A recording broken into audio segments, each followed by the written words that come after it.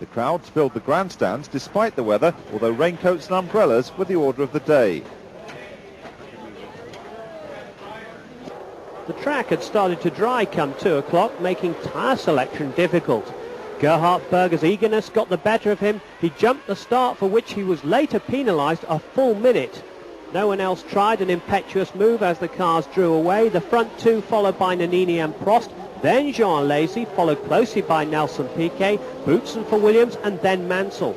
But Pierluigi Martini's race in the Minardi came to an early end as he spun out, although no such misfortune for Senna, who had a comfortable lead over Berger, who'd been docked a minute. Nannini and Alesi were both making light of the awkward wet and dry conditions. Senna was finding the track more dry than wet before too long, so he gambled on a pit stop to switch from wet to slick tyres. Despite the skill of the McLaren pit crew, they were never going to complete the change before Nannini cleared the pit lane exit to take the lead. Benetton driver was looking for his first win since Japan last year. Once out again, Senna had no objection to letting his teammate pass. After all, Gerhard was a full minute behind thanks to the stewards. But the young Italian's advantage wasn't to last long. He'd fallen foul of a gopher on the track, the result a flat tyre and a damaged front wing. In the melee behind him, Jean Alesi had been in the wars too, colliding with Boutsen, and he needed a new nose cone. Since his wins in the rain here and in Adelaide, Thierry Boutsen had gained a reputation as a rainmaster. But it was a rookie's mistake which saw him spin past Prost as he tried to overtake off the line, and then he collided with the innocent Nicola Larini. Nannini then fell foul of a wet spot on the track. The result, one very mangled Benetton in the tyre wall.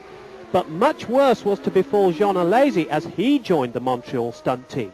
He completely lost control of the Tyrrell on the treacherous surface and helplessly slithered towards the same tyre wall that Nannini's Benetton was enmeshed in. Alesi then used the Benetton as a ladder to his perch on the top of the tyre pile. The Benetton B190 Ford was written off, leaving the team's mechanics with a massive rebuild to perform before Mexico. Meanwhile, Nelson Piquet had been battling hard with Prost for second place. His persistence paid off, and on lap 49 he got the better of the Frenchman. Prost's problems didn't end there, because his teammate Mansell was on the way with one of his characteristic charges. The champion's fears were realised soon afterwards as Mansell got the better of him and set off in pursuit of Piquet. But none of this affected the man in front. It had been another textbook drive from Senna and another valuable win in his bid to regain the title he thought had been stolen from him the year before. So Senna the winner, from Piquet in the Benetton, and third Mansell for Ferrari. Gerhard Berger was fourth despite his 1-minute penalty, Alain Prost fifth, and Derek Warwick sixth for Lotus. Yeah, I think it was difficult for everybody.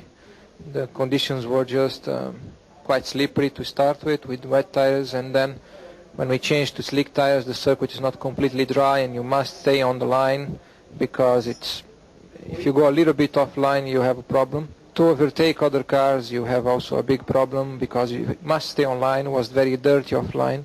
So it was a very tough race for everybody, I'm sure.